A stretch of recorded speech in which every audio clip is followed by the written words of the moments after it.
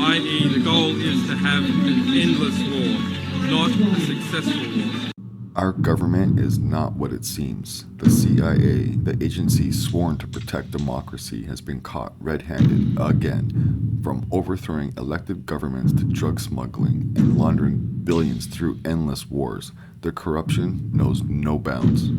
Ukraine is just the latest victim. We have proof recordings admitting to the U.S. orchestrating regime change, Zelensky himself questioning the billions that never reached his country, and Julian Assange exposing how these wars are designed to never end, just to funnel money into the hands of the elite.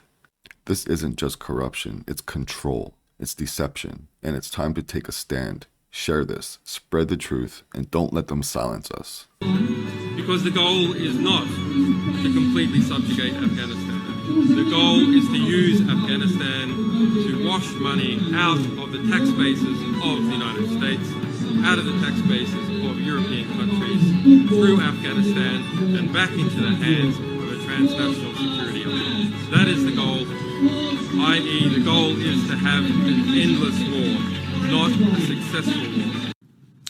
There are riots it's called the Maidan Rebellion in Ukraine, which we're not told that we are financing those riots. The newspapers never told us, our government never told us. USAID, which is a CIA front, put $5 billion into funding those riots. Those riots lead to a coup d'etat against the first democratically elected government of the Ukraine. It was a government that refused to choose sides and to say we're going to be on the side of the West. So we wanted them out. A month before that government is overthrown, Victoria Nuland, who's the part of the centerpiece of the neocon ideology and who is now a high-level official in the State Department, has a secret call with the U.S. ambassador, which is tape recorded and is now public, which anybody can go and look up, where she is picking the new cabinet for the Ukraine, which is which is a U.S. Western cabinet. So they're picking the new government a month before the old government is overthrown. Is that how democracy? Is that democracy when Victoria Nuland picks her government? Well, that's the point. Is USAID doesn't really do, and the CIA don't do democracy. The CIA has overthrown, I think, 83 governments between 1947 and 1997. That's a third of the governments on Earth, and most of them were democracies. Oh, it doesn't do democracy.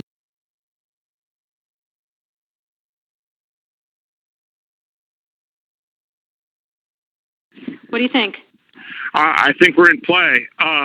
The Klitschko piece is obviously the complicated electron here, especially the announcement of him as deputy prime minister. And you've seen some of my notes on the troubles in the marriage right now. So we're trying to get a read really fast on where he is on this stuff. But I think your argument to him, which you'll need to make, I think that's the next phone call we want to set up, is exactly the one you made to Yachts. And I'm glad you sort of put him on the spot on where he fits in this scenario. And I'm very glad he said what he said in response. Good. So I don't think Cleach should go into the government. I don't think it's necessary. I don't think it's a good idea. Yeah, I mean, I guess you think what in terms of him not going into the government, just let him sort of stay out and do his political homework and stuff. I'm just thinking in terms of sort of the process moving ahead, we want to keep the moderate Democrats together. The problem is going to be Tony Book and his guys. And, I'm sure that's part of what Yanukovych is calculating on all of this. I think Yachts is the guy who's got the economic experience, the governing experience. He's the guy, what he needs is Cleach and Tony Book on the outside. He needs to be talking to them 4 times a week, I just think Cleach going in, he's going to be at that level working for Yatsenyuk. It's just not going to work.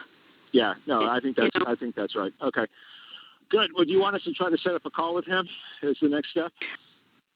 My understanding from that call, but you tell me, was that the big three were going into their own meeting, and that Yachts was going to offer in that context a three-way, the 3+1 conversation or 3+2 with you.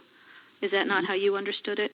No, I mean, that's what he proposed, but I think just knowing the dynamic that's been with them where, Klitschko has been the top dog. He's going to take a while to show up for whatever meeting they've got. He's probably talking to his guys at this point. So I think you reaching out directly to him helps with the personality management among the three, and it gives you also a chance to move fast on all this stuff and put us behind it before they all sit down and he explains why he doesn't like it. Okay, good. I'm happy. Why don't you reach out to him and see if he wants to talk before or after? Okay, will do. Thanks. Okay, I've now written, one more wrinkle for you, Jeff.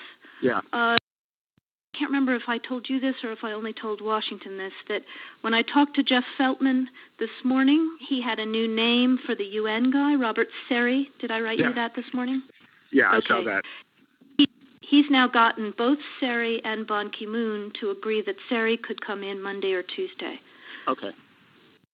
So that would be great, I think, to help glue this thing and have the UN help glue it. And, fuck the EU.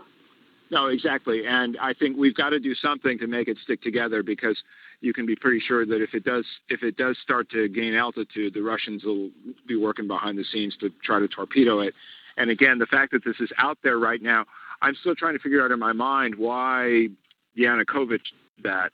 But in the meantime, there's a Party of Regions faction meeting going on right now, and I'm sure there's a lively argument going on in that group at this point. But anyway, we could land jelly side up on this one if we move fast. So let me work on Klitschko, and if you can just keep, I think we want to try to get somebody with an international personality to come out here and help to midwife this thing. And then the other issue is some kind of outreach to Yanukovych, but we probably regroup on that tomorrow as we see how things start to fall into place. So on that piece, Jeff, when I wrote the note, Sullivan's come back to me VFR saying you need Biden, and I said probably tomorrow for an attaboy and to get the deets to stick. So okay. Biden's willing. Okay, great. Right. Thanks. Дивіться, я коли чую, і раніше чув, і сьогодні ми чуємо від Сполучених Штатів Америки, що Америка дала Україні сотні мільярдів, 177, якщо сказати більш точно. Така звучала точна цифра, яку підтримували або голосував Конгрес, тощо різні організації. Дивіться, я як президент воюючої країни вам говорю, ми отримали більше 75. Тобто 100 мільярдів з цих 177, або 200, говорять навіть деякі люди, ми ніколи не отримували. І це важливо. Бо ми говоримо про конкретні речі, бо ми отримали це не грошима, а зброєю. Ми зброю отримали на 70 з чимось мільярдів. Є навчання, тренування, є додатковий транспорт, є не тільки ціну на зброю, були гуманітарні програми, соціальні тощо. Але коли говорять, що Україна під час війни отримала 200 мільярдів на підтримку армії тощо, це неправда.